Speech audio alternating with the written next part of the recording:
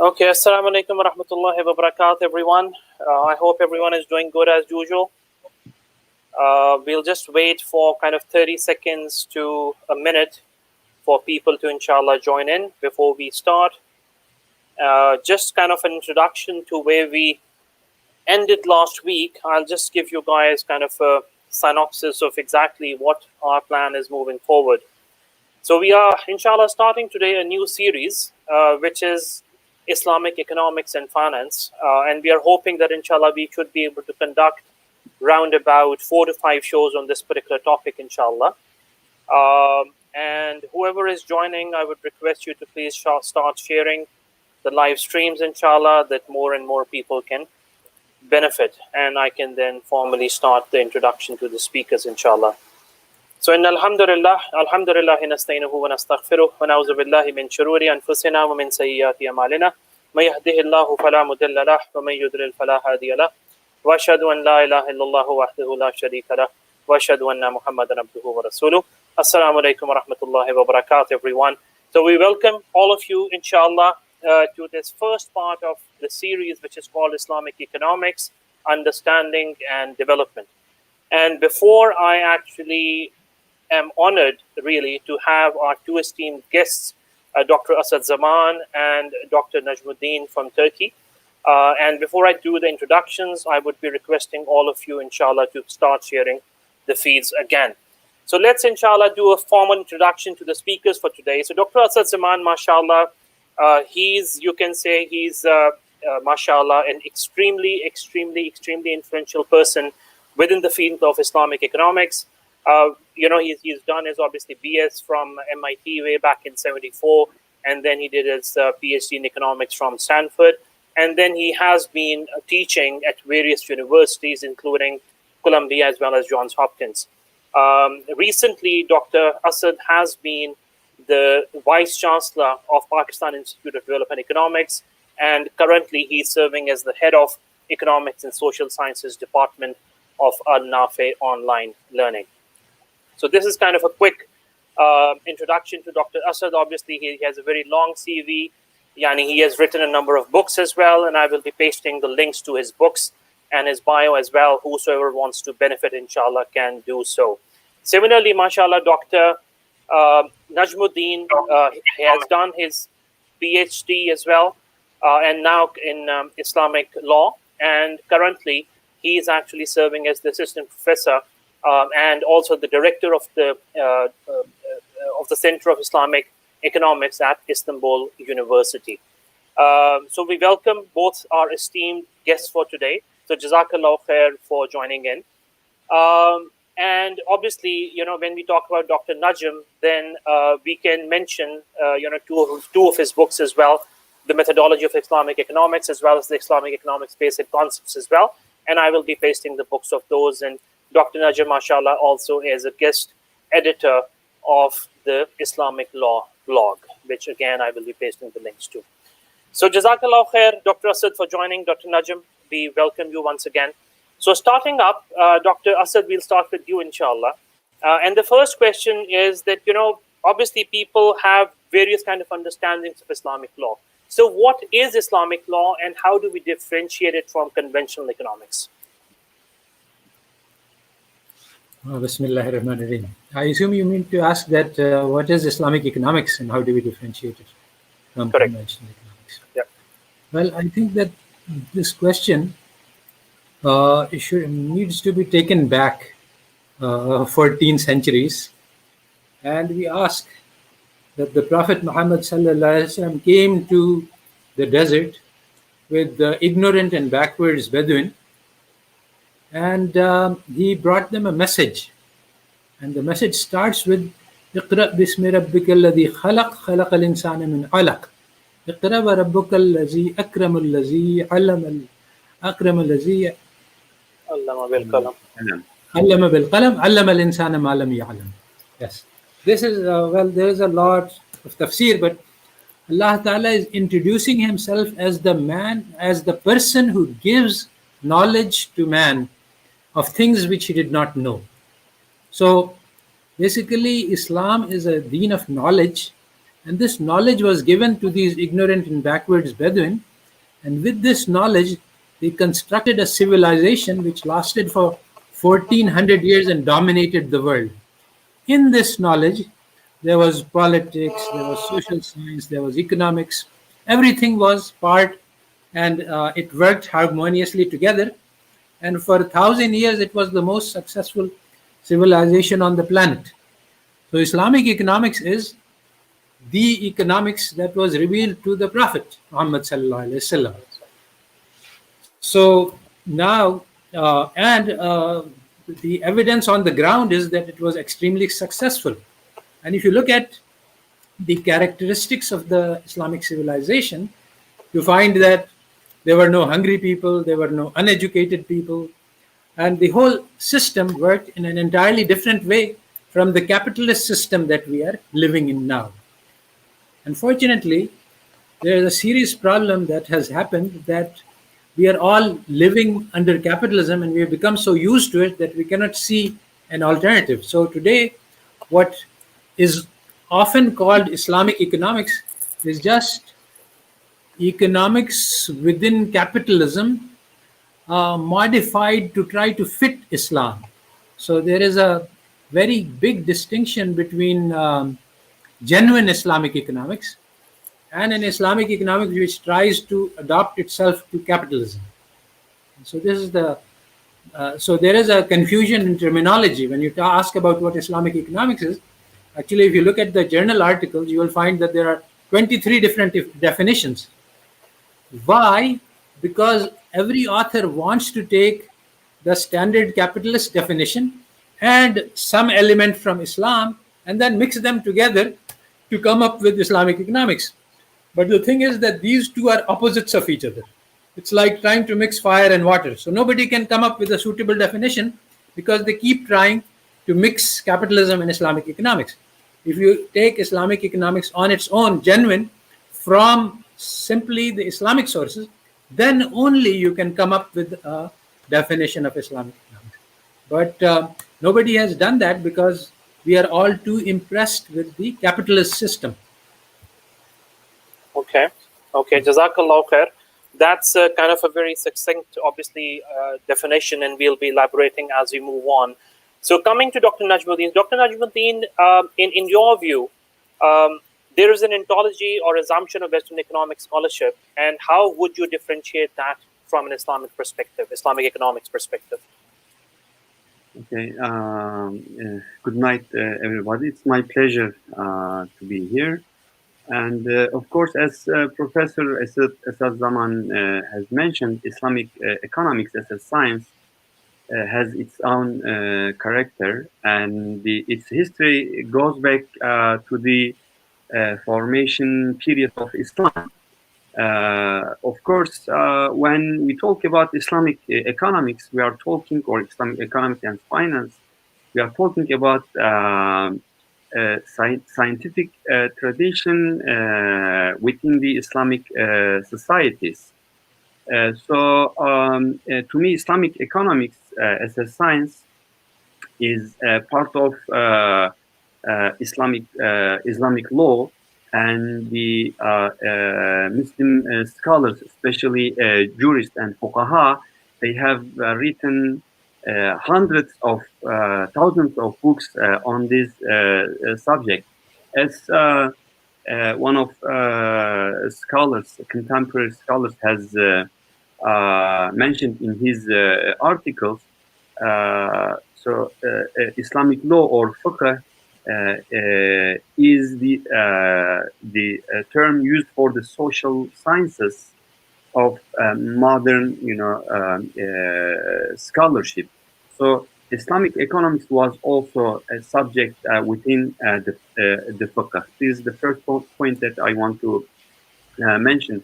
The second thing, as you mentioned, so if we talk about Islamic economics or any science that was produced by Muslims, there must be an ontology and epistemology behind it. And these ontological or epistemological assumptions differentiate them from the Western, so-called Western economics and scholarship. So, to me, modern economics, alongside the institutions it produces, present themselves as absolute truth, whose paradigms have acquired universal acceptance.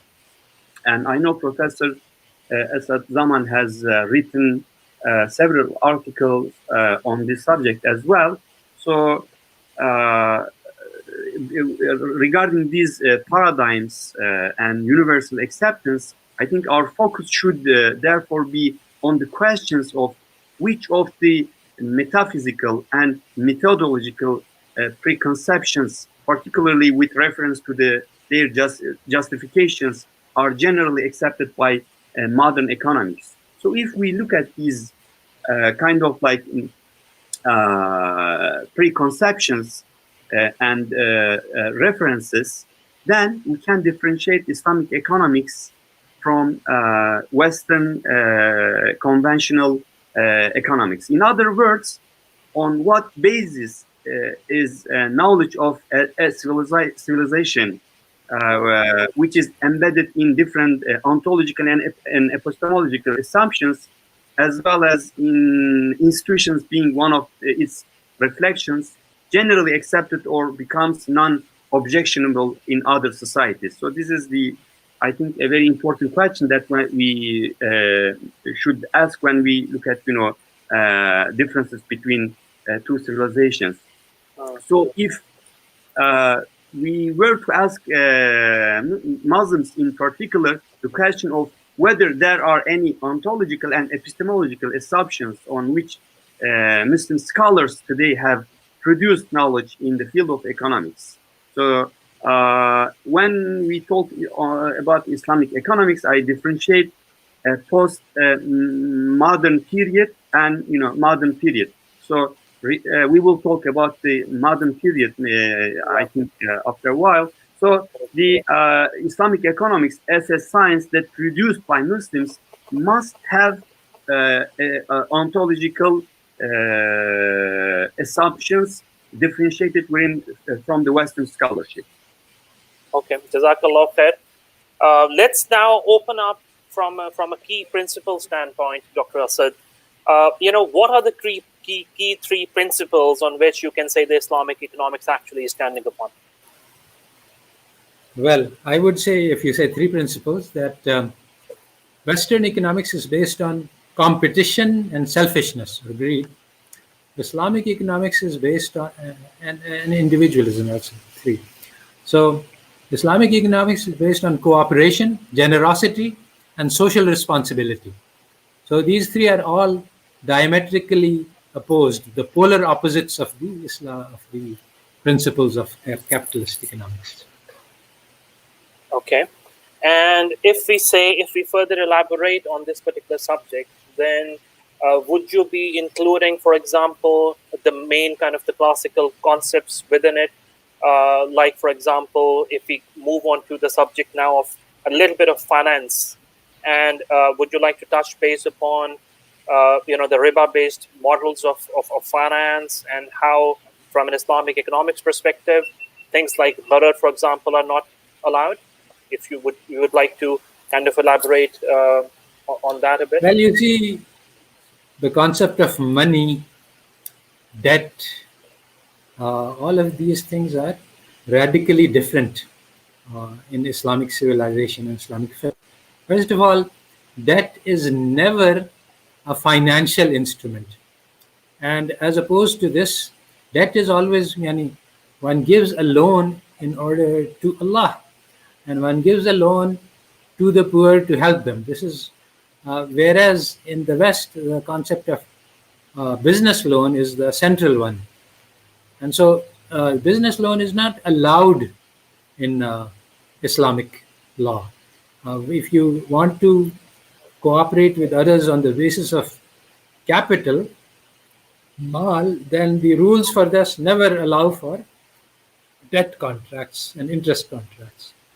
So if you are going to be part of a business, then you have to participate in the business risks. If you are giving a loan, this is only for charitable purposes. So we have to separate the social and the business, and this is not done in Western economics.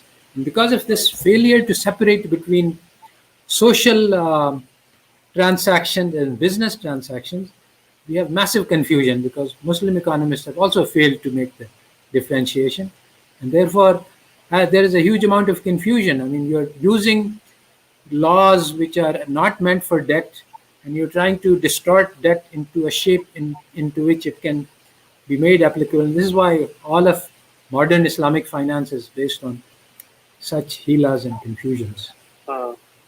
Okay, let's come to Dr. Najmuddin now. From as Dr. Asad obviously has mentioned now the kind of the fundamentals now. From an Islamic economics scholarship angle, what are the main, again, the classical concepts which you would suggest? As Professor Asad Zaman has mentioned, the Islamic economics and the concept used in modern Islamic economics scholarship has like different dimension, but as a student or scholar who is working on the methodology and some concepts used by modern scholars of Islamic economics. So I just want to talk about the issue of conceptualization and some classical concepts used in modern Islamic economic scholarship. So in general, when we talk about the concept or conceptualization, what we often find in modern scholarship is that the several terms in classical sources are held under the microscope and popularized in the literature. For example, the Tawhidi methodology, the maqasid, the Sharia or maqasid approach, which is like higher objectives of Islam, and the maslaha, public benefit oriented understanding, and expressions such as rububiyyah, divine sovereignty, khilafa, caliphate, and tazkiyah, falah, and some other words are used in modern scholarship. Of course, these terms were used in the classical sources of Islamic sciences, but the modern the concept, this concept that are used in the modern scholarship has different interpretations on the basis of their implications without referencing the context in which they are used in the classical sources. This possesses a problem in two ways. The first problem that we are confronted with is a considerable shift in meaning when the word and scholarly tradition in which these concepts had emerged and developed are disregarded. The use of the concept of maqasid, for example, in the literature of modern Islamic economics, and the debates over it is one example of this shift. And if you look at the articles and some books written in this field, they have the title of maqasid, which is the objectives and goals of law. But if you read, for instance, Ghazali's Al-Mustasfa and his teacher Al-Juwayni's Al-Burhan, the meaning that they attribute to maqasid is totally different from the meaning which is attributed to maqasid in the contemporary scholarship. For instance, I'm just a short, example. According to them, maqasid, what the Creator, what Allah has, mentioned and used for a human being is the maqasid. But in the modern concept, maqasid is, or maslaha is what people themselves, will and what they want. So this is the main issue or problem that related to this conceptualization. The second problem related to this is that this approach emphasizes certain concepts to the exclusion of others, and many researchers consequently end up basing their studies on these popularized concepts. However, because the concepts do not core with each other, studies fail to produce knowledge in a cumulative manner, and the information remains as it were a bundle of scattered information. So that's why some classical concepts are used in the modern scholarship, but not within the real context that they were immersed. Okay. Doctors, would you like to comment on this, please? I think you want to maybe comment on this. No, I didn't. You're okay. Okay. Now, from a capitalistic perspective, economic system perspective, Dr. Asad, how would you kind of you have mentioned obviously the three fundamentals, the capitalistic economy and the Islamic economy. If you would like to elaborate on those particular concepts further, then how would you do that? Yani, what is the basic? What is the social welfare system? One of the key elements which people are not very familiar with is the fact that the origins of capitalism. How did capitalism come up in the West? Basically, if you look at Christianity, which was the dominant in 16th century, it has the same principles on a more or less broad basis as Islam, that you're not supposed to pursue wealth. In fact, it's much more extreme. And it says that, the rich man has as much chance of getting heaven as a camel has of passing through eye of the needle. Things like that are in the Bible. And wealth, love of wealth is the root of all evil. So from that position in the 16th century to the 18th century, where everything is reversed, pursuit of wealth is now a virtue, having more money is a good thing, there was what's called the Great Transformation. And that's by Karl Polanyi. And so one has to study the things which happened in order to create this change in society. And the important thing to understand is this was a revolution. It was not an evolution. The new system of capitalism arose by destroying and actually cutting off the old system.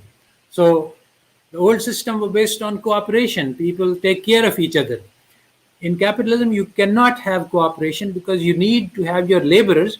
You need to pay them wages, and you need basically at the start the only way you could. What is labor in capitalist terms? Labor is when you buy a person's life for money. Now, in the early times, nobody wanted to sell their life for money. As long as you can get food and by hunting and you would rather be poor and independent than sell yourself for money. But you can't get a mass labor force that way. So basically, it was under the threat of starvation that labor force was created, that people had no options. So ultimately, this made the sale and the purchase and sale of human lives so normal that now we think of that there is nothing wrong with having a labor force, buying and selling people for money. But this is one of the requirements of capitalism. So the point that I'm trying to make here is that this great transformation changed radically the political system, the social system, the economic system. And our Islam is based much more on values which were prevalent in the pre-capitalist system. And they do not have a match. They are actually revolutionary. Just like when the Prophet ﷺ came, he brought a revolution to the world. Tribes were fighting each other for small things, and they were very competitive, very individualistic. And he taught them how to be cooperative, how to be generous, how to take care of each other. And so Allah Ta'ala says that by the love of Allah, remember when you were fighting, and by the love of Allah, you all became brothers. So this is where Islamic system starts from. It starts by making an internal revolution inside the man, and then the system. See, the one thing that is not very clearly understood is that the institutions, the formal, the external appearance, is based on an internal heart. Now, the heart of the capitalist system is money. The goal of the capitalism for every individual person, the purpose of life is to make money, and collectively the society wants to gather wealth.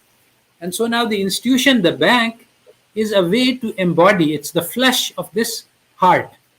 Now, in Islamic history, you have no banks, but you have waqf, because the heart of the Islamic system is spending on others.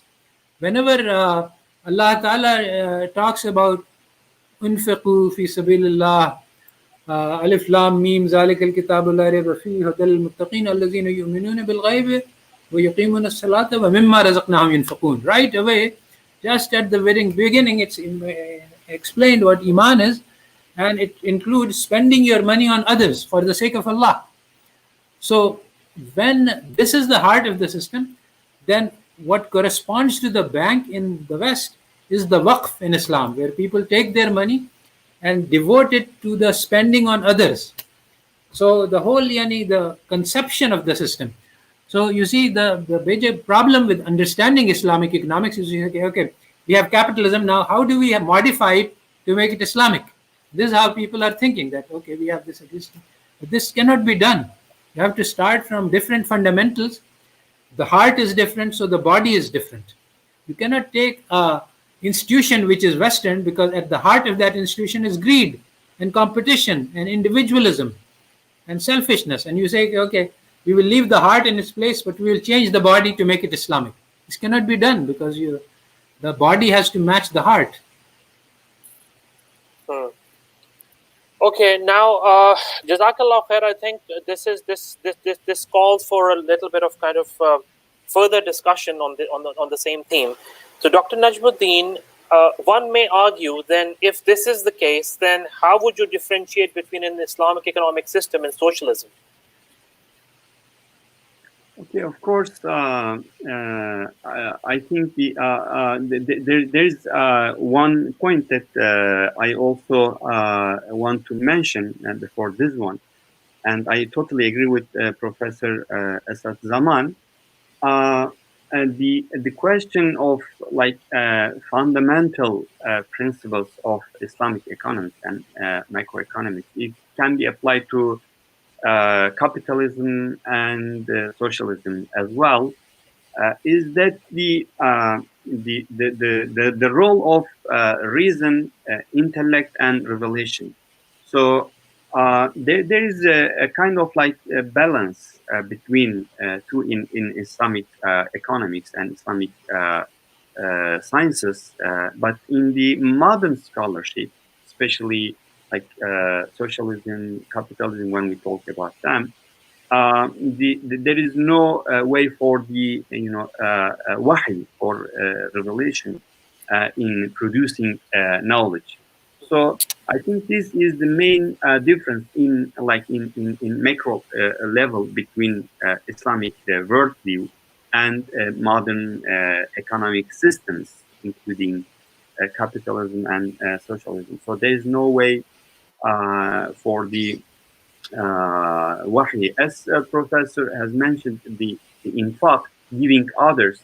So if you don't, if the assumption of the concept of infaq is not based on the wahy revolution, so then why you give your money to the others, or waqf versus banks? So in the Islamic culture and societies, we have different types of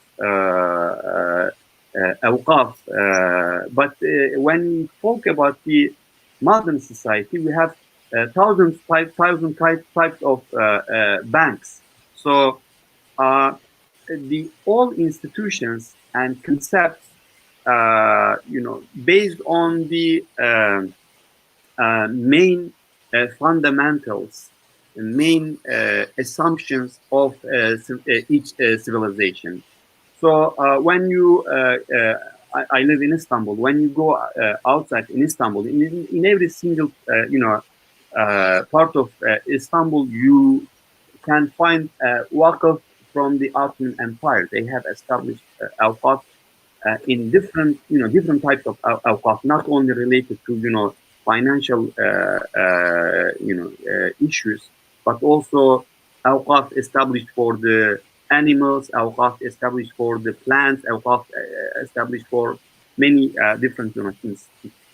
So what made these people establish such institutions was their like ontological acceptance, their ontological fundamentals was so it is important to different to look at the issue from this perspective, I think. Okay, apologies. I think I'll have to continue. I'll have to get. I think he's back now. Alhamdulillah, just on time. Yes. Okay, mashallah. I thought we lost you, Dr. Zaman, there. Alhamdulillah, you're back. Okay, now as we were discussing, kind of Dr. Asad, kind of these differences between the kind of the Islamic economic system, the capitalistic system, and kind of we touched upon socialism. Obviously, nowadays, in the younger generation, if you look at, for example, Bernie Sanders in the US, you look at the Jeremy Corbyn in the Labour guy in UK, then obviously, their kind of theory of socialistic economics obviously has been it has taken a wind. Obviously they have not been kind of elected, or they're not the kind of the front runners anymore. But why do you think that these kind of trends, even in the Western economies, are taking shape? What is the cause for that? Well, you see, capitalism is a very cruel system. It doesn't take care of the poor and the weak. It leaves them to their own sources. So you need to have some sort of a protective mechanism, basically to ensure that the poor don't revolt against the system. So basically, all of the social welfare is based on giving enough to the poor to keep them comfortable, so that while the rich can get richer and richer and get more and more powerful. And so that's what's been happening for the past 30 years, where the top 1% have increased massively in their wealth, while the poor have been keeping pace more or less constant. And so because of the obvious and increasing injustice, there is going to be a demand for equalization, and that demand is expressed in the form of socialism. But it should not be confused with Islamic, which has an entirely different concept of how society should be structured. Correct. Now, obviously, one of the fundamental kind of, you can say, considerations within Islamic economics is the fairer distribution of wealth, you can say. That the rich are actually spending on the poor, either through waqf or through zakah, the system of zakah, etc. Now, from a perspective of, let's say, a macroeconomic level, what are your suggestions, Dr. Zaman, based on your years of research? What are your suggestions at the macro level to the governments, how they should be functioning, and what are the key principles they need to adapt in order to have the true Islamic economics kind of infiltrated or adopted within their countries? See, we need to learn to think outside of the boxes created by Western social science. So one of these boxes is macro.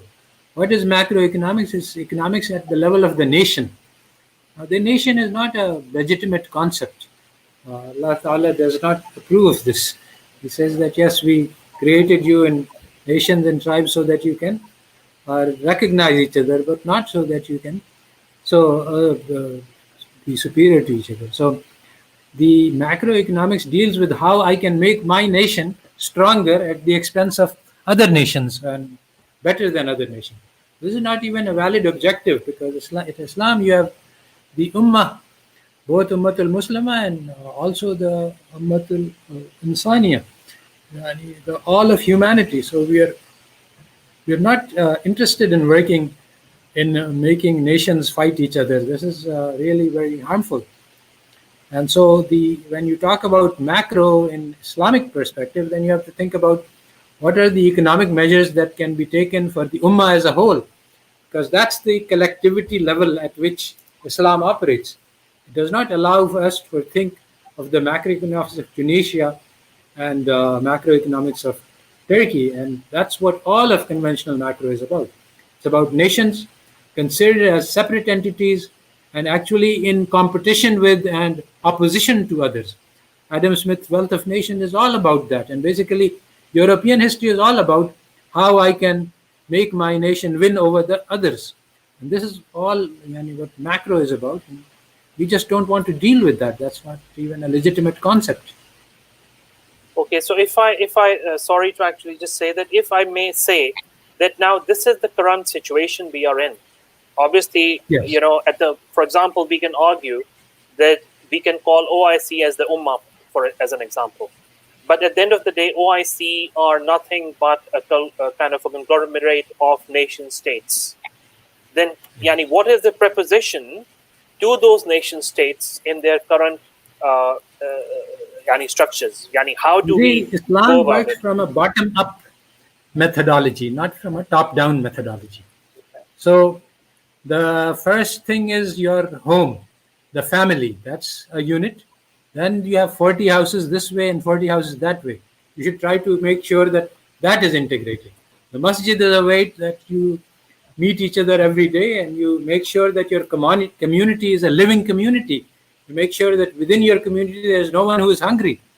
Then you have multiple communities who get together for Jummah. And then at the occasion of Hajj, you have the whole Ummah coming together. So this is the way that the unity has to be forged from the cells, from the individuals, families, neighborhoods, communities, larger communities, and the Islamic Ummah. And this is the way we have to work. We cannot adopt foreign tools to achieve, we cannot have bad tools to achieve good ends. These nations, they were created by the West. If you read the history, then you will find that all of these nations were created by Britain and for their policies to make sure that the Ummah keeps fighting each other. They have been very successful in this divide and rule. And so we say, okay, we accept these boxes, and let's think within these boxes. There's no solution within these boxes. You have to think out of those boxes. You have to think about how we can create economic policies which will benefit the whole Ummah. You can't limit yourself to what's in the box, because the box has been created by capitalists to trap us.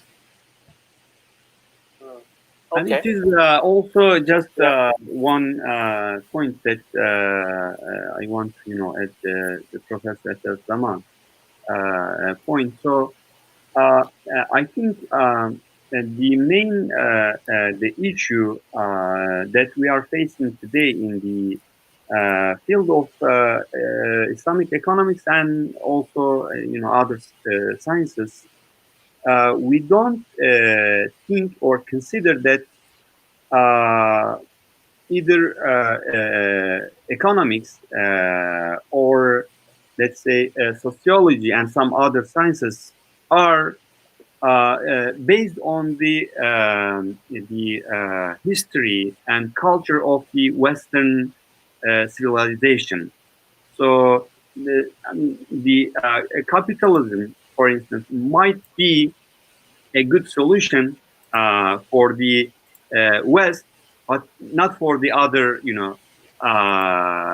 countries or civilizations. Okay, so we think the Western sciences are universal, and the universality of the Western sciences, I mean, this is to me is not true. It's kind of like there is a kind of agreement of Muslim scholars that Western social sciences or Western sciences or the science that is produced by the West is universal. So we should, think about this, universality of the Western sciences, and we should criticize this concept. For instance, economic and either capitalism or socialism is based on the idea of nation state. Okay, and so which is not which is cannot be applied to the notion, the concept of the ummah in the Muslim societies. So both are obviously not synonymous. That's Yes. obvious. Obviously, Yes. yeah, both are not synonymous. Okay, now Dr. Asad, from let's say from a Pakistani perspective, can you speak a little bit about kind of the historical context of Islamic economics and how it has evolved, within Pakistan, or it hasn't evolved at all? Well, you see, the effort was made, the Islamization of knowledge, and then the OIC set up these two universities, International Islamic University of Islamabad, and also one in Malaysia. And these were supposed to bring together Western knowledge and Eastern knowledge. And this has has had some successes, but also a lot of failure, and mostly because we have accepted without question Western framework. Exactly as Brother NECMETTIN KIZILKAYA said, we have accepted Western social sciences as being universal. And once you read social science, what is social science? Social science is the study of societies. So the West has only studied European societies. From their study, they have derived some rules. And they have said these rules apply to all societies. But they don't. They only apply to Western societies. So, for example, it's very commonly said that religion and science are in conflict. This was never the case in Islamic civilization, but it was very important in European history. So now, even Muslims go around confused, thinking that Islam is somehow in conflict with science, even though this is not true. But many Muslims are thinking this because they've gotten this idea from the West. So all of this effort, Islamization of knowledge, at creation of Islamic economics, they have been lost in the dark for 30 years at least, since 1976, because they have been trying to mix Western knowledge, which they accept as absolutely true, and then they are trying to adapt it to Islamic. So, for example, I will give you a very simple example. Western economics starts with the assumption that every human being, the goal of the life of every human being is to maximize his pleasure in this lifetime. That is derived from consumption of goods. Now, this is exactly what Allah Ta'ala calls the worship of the nafs in the Quran and prohibits. So, Western economics is actually the religion of worship of the nafs. But Muslim economists, instead of rejecting this concept and saying that, oh, we don't agree, they say, yes, of course, because they say it must be true, so utility maximization must be true. Then they look in the Quran and the Hadith to find how they can make it fit. So, for example, there is this ayat, Hubbu shahwatum min an-nisa qanatirul muqantara, like that. So they say, look, Quran also supports utility maximization, even though this is nonsense. So this is the reason why Islamic economics has not been able to make any progress, because they have never started from Quran and Hadith. They have started from Samuelson plus Quran. This is so true. And the same question to you, Dr. Najmuddin, the kind of the evolution of Islamic economics in Turkey. Yeah. So, I mean, this question is when I always I am asked this question, and so I find this question very difficult, because when we talk about this economics in general, it goes back to the history of all nations or all civilizations. So if we talk about Turkey or Ottoman Empire, it goes back to the formation period of Ottoman Empire, and it was a big empire and has businessmen and many like transactions. So the history of Islamic economics goes back to the early period of the Islam. Actually, when we talk about Ottoman or Turks, it goes back to the Ottoman Empire. But then I think the question is about modern type of Islamic economics. It is usually, I mean, in Turkey, it goes back to the first period of the establishment of the Turkish Republic. But I'm now working on an article, and I was working on the, just want to explain this point. I was working on the 19th century Ottoman scholars' rasail and fatwas related to economic issues. So I found out that there were some banks established in the late 19th, early 20th century. So in 1911, 1908, in the Ottoman Empire, and there were some fatwas issued by Shaykhul Islam during the Ottoman Empire. And so we have found 5 banks established in between 1908 and 1913 during the Ottoman Empire. And the modern Islamic economic scholarships, I mean, so this is the main issue, that when we look at the past, we think that there was nothing. And we start the first, I mean, the establishment of the first Islamic banks in 1967, 70s. But it goes back to 1400. Yes, yeah. I mean, modern banks, non-ribawi Islamic banks were established in the Ottoman Empire in 1908. One was in Bosnia, Bosnia Muslim Central Bank. It was called Central Bank. One was in Palestine, in Quds, and 3 other banks were established in the Anatolia, in Turkey. So its history goes back to that period, modern banks, and in their establishment, it is mentioned that these banks are interest-free, riba-free banks. But in the interest-free banks, of course, there were some issues related to this bank, and they were all closed. But new banks were established in 1983, non-interest finance houses in that period.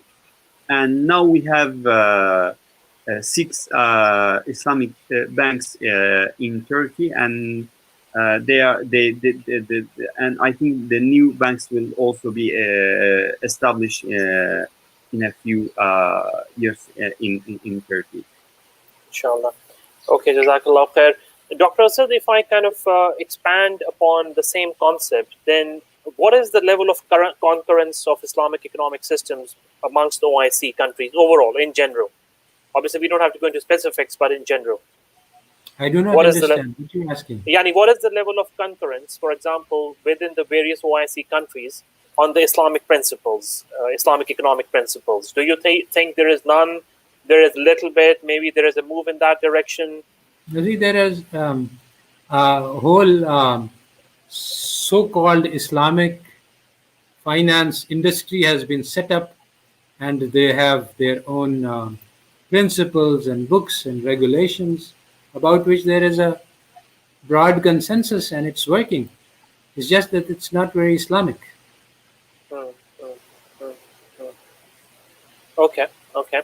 Now, coming back to, let's say, kind of the argument of what we were discussing before, that basically when we are speaking about the fiqh aspects of Islamic law, and so how do we define kind of the role of fiqh in Islamic law in the studies of Islamic economics and finance. I think Dr. Najmuddin, you have touched upon it already, Yeah. but yeah. So would you like to kind of elaborate a little bit more? Yes, a few things that I want to elaborate.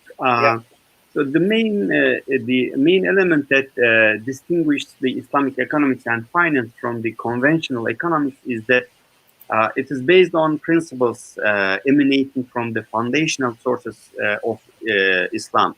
So the scholarly examination of these principles was done in the discipline of fiqh or Islamic law. So I don't want to use Islamic law because the meaning of law is limited. When we say fiqh, it it has a broader meaning. It includes so many disciplines. But when we say Islamic law, we think that it is only law or legal system.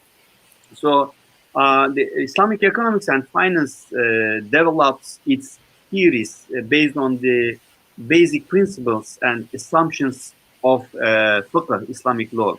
So Islamic finance is the field where these theories are most concretely observed.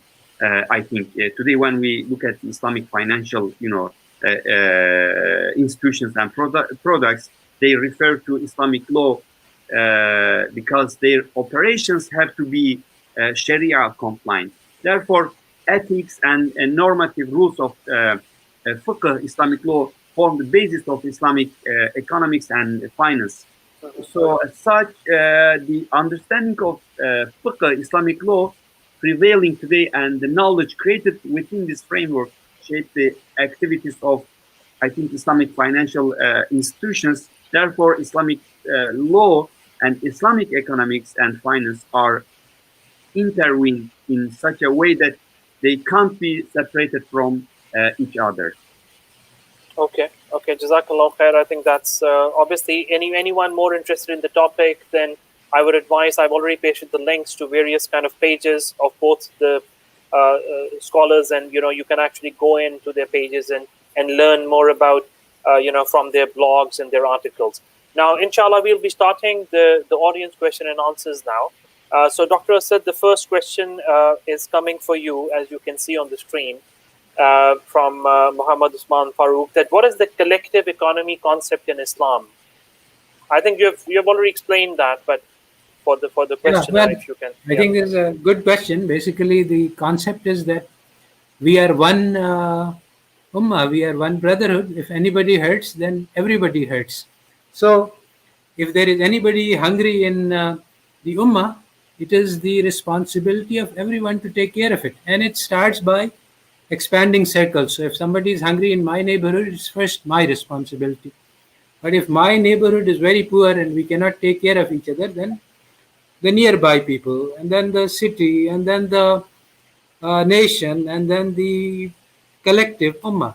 So it's widening circles of responsibility. But if anybody is hungry, if anybody is sick, if anybody needs an education, this is the responsibility of the ummah to make sure that he gets it. It is not his responsibility to bring the money so that he can buy his education, so that he can buy his healthcare, so that he can buy his food. This is capitalism, that everybody is responsible for his own self, and you're not responsible for anybody else.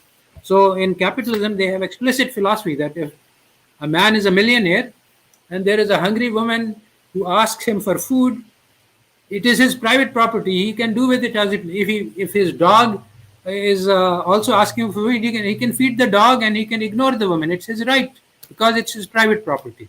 So Islam does not allow for that. So this is a very big difference, and that's what collective responsibility means. Okay, Jazakallah khair. Dr. Najmuddin, this is the second question for you coming there by Khubayb Hussain. Since all banks operate on Western economics, how can common people do business yet not involve in interest? There is a huge amount of literature, on this, and lots of people are working to make efforts to run their business on un-Islamic ways. And the question is valid in that it's very difficult to do because the environment is not set up for it. But there are companies who have, like there is a glass company in Ghani Glass in Pakistan. They made the intention at their board meeting that we're not going to do any interest-based business. and Allah Ta'ala put great deal of barakat in their business. But it's difficult. You have to work out, because it's not, there is no, if you're in interest, then you are in the mainstream. But if you want to not take interest, then there is nothing well-defined standard method. You have to look at your own situation and find the ways and ask for Allah for help. Okay. I hope the question has its answered, inshallah. Dr. Najmuddin, this is a question. Just one point about these banks. Of course, so there are conventional banks and Islamic banks. Of course, Islamic banks, as Professor ASAD ZAMAN has mentioned, are not the ideal banks or solutions, but they are kind of like interim solutions. So if you are doing business in this, a capitalistic system, at least you should try to get out of the interest and usury, and make business through some like Islamic principles. So that's why they provide some like interim solutions for the Muslim businessmen. Yeah. Here I would, kind of, I think audience would like to actually ask, some of the people which actually contacted me before the show. The question, Dr. Asad, actually comes into mind, as you explained in the earlier part, which is basically that, living in the current state as we are in, where we are trying to kind of, put the Islamic garb on a Western capitalistic economic system. And where we have a situation where Islam actually commands the communities to ensure that a person has at least three things over it. Yani, one is his housing is taken care of, his health is taken care of, and his food and security is taken care of. Now, the question is that we are not obviously living in it from an Islamic economic perspective. That is not the case. That's very obvious. And obviously, communities do help out, but under no obligation, just out of the spirit of the Islamic Brotherhood. Yeah. So in the current scheme of things, the question normally comes that, for example, transportation is a necessity. Housing is a necessity. Then, these types of questions start to come in. So do we actually argue that we wait for the fundamentals of Islam to be implemented at the level of the Ummah, or do we actually do something about it? Yani, how do you kind of bridge this gap? How can we bridge this gap? Well, basically, Islam is a very, in some sense, it's both individualistic and communitarian. So individualistic means that I will be only responsible for the things that I have to do. If the nation is working on wrong laws, and if that's not, Allah Ta'ala will not ask me about that why are the banks running with interest. But He will ask me, what did you do?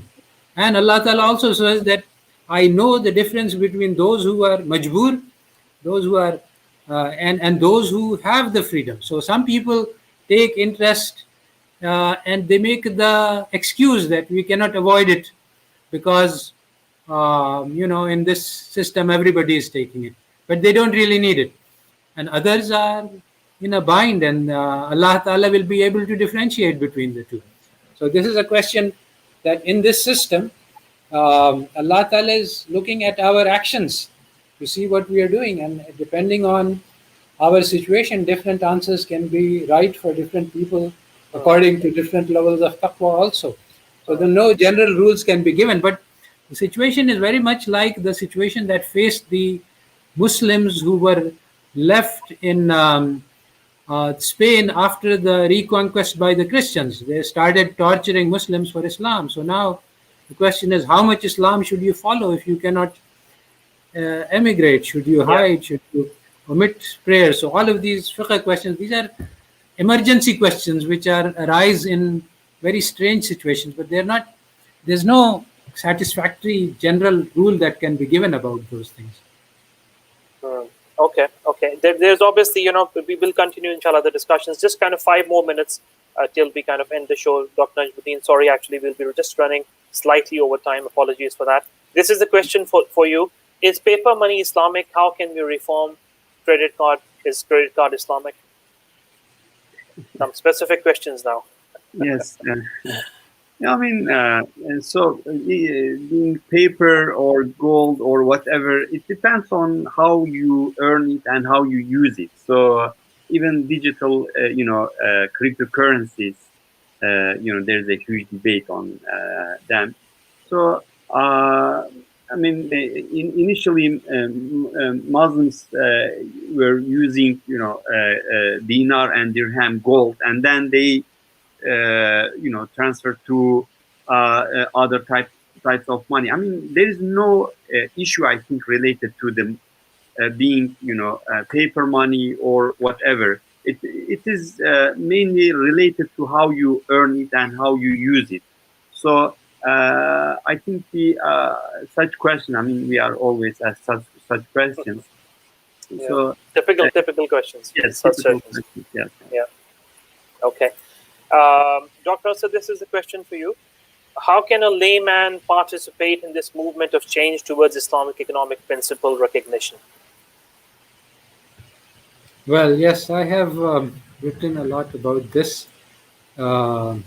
Actually, you see, the economics of Islam is very layman-like. It doesn't have to do with the theories and models and mathematics that is common and popular in the West. It has to do with everyone acting according to their responsibility. You see, you are given some means, exactly as Brother NECMETTIN said, you have been given some money, and this money is a test. Allah Ta'ala says that when He gives you more money than you need, that is a test, and when you give less money than you need, that is a test. So basically, you have to fulfill your test. If you have more than you need, then you should give to the others who are in need. And if you are less than you have less, then there are also rules for you to follow, which are Islamic. So basically, as I defined in one of my papers, Islamic economics is about fulfilling the commands of Allah in the realm of economics. Whatever Allah Ta'ala has taught us, this is what Islamic economics is. This is a purely Islamic definition and this applies for the individual, for the family, for the community, and at larger levels of organization, that we need to fulfill the commandments of Allah. And the commandments of Allah is to feed the hungry, which is metaphorical for take care of the needs of the poor. So every grouping has to ensure that they're taking care of the needs of their weakest members. And this is the Islamic economics. And this can be practiced by us every day. You should go out and find what your neighbor is doing. Today, you can put Islamic economics into effect by finding somebody within your acquaintances who needs your help and changing their life. Anybody who is listening to this webcast is in the top 1% of the Islamic nations, because he's understanding English, he has access to computers. So he has the means to change the lives of 10 people. So do that. That's Islamic economics. Change the lives of 10 people. Now, Jazakallah I khair. think it is mainly just one point based on to think about the others and to take care of the others, not only yourself. And the maximization of utility is also, the concept that always there is a huge debate on it. So can you maximize the benefit or utility of the others? So this is the main idea of Islamic economics, not only yourself, and think about the others. And so the institution of zakat, the institution of sadaqah, these are all based on thinking about the others, giving the others, feeding the others, and helping the needy people. Now, so just kind of the last two questions now. Dr. Asad, this is a question for you. Islamic finance is not ideal in its present form. So the question is if the solution lies in the domain of economic thought or Islamic law. Well, yes. Please go ahead. You see, the system as a whole is wrong. It's not the particular paper money, it's not the ingredients, the juziyat, they cannot be fixed. You have to fix the problem at the systemic level, and the solution involves utilizing the fiqh. You see, there is many dimensions along which the situation has to be. You have to transform the people, you have to transform the laws, you have to transform the institutions. So there's no single So it's area. the thought brings about change in the fiqh, obviously. The understanding of the fiqh, the thought comes, when it works both ways. Yeah. Last question, Dr. Najmuddin, for you. Just for the audience, this is not a fatwa committee here. Just so don't expect any fatwas here. So it's just kind of a discussion we are having today, and we'll continue to have, inshallah, discussions moving on. So we are not expecting the scholars to be giving fatwa, but this is a question for you, Dr. Najmuddin, inshallah. What's the solution to buy a house in the West? Yes, difficult question. An easy question, both. You should ask this question to the Fatwa Council of the of Europe. country. Yeah. But just one point, I mean, not related to this question directly, the point that Professor ASAD Zaman has already mentioned. So the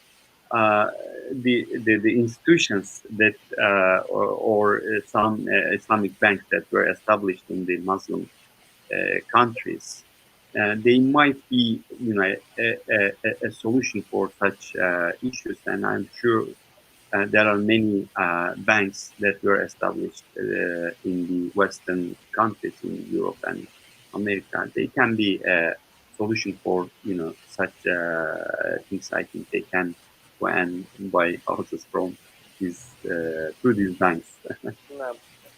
Okay, Jazakallah khair. I hope that the questioner, would contact kind of wherever he's living. I think he's living in UK. He should be able to contact the relevant authorities. But I would, just like to say one thing, that obviously, we will be continuing on these discussions and these sessions in the next 4 weeks, inshallah.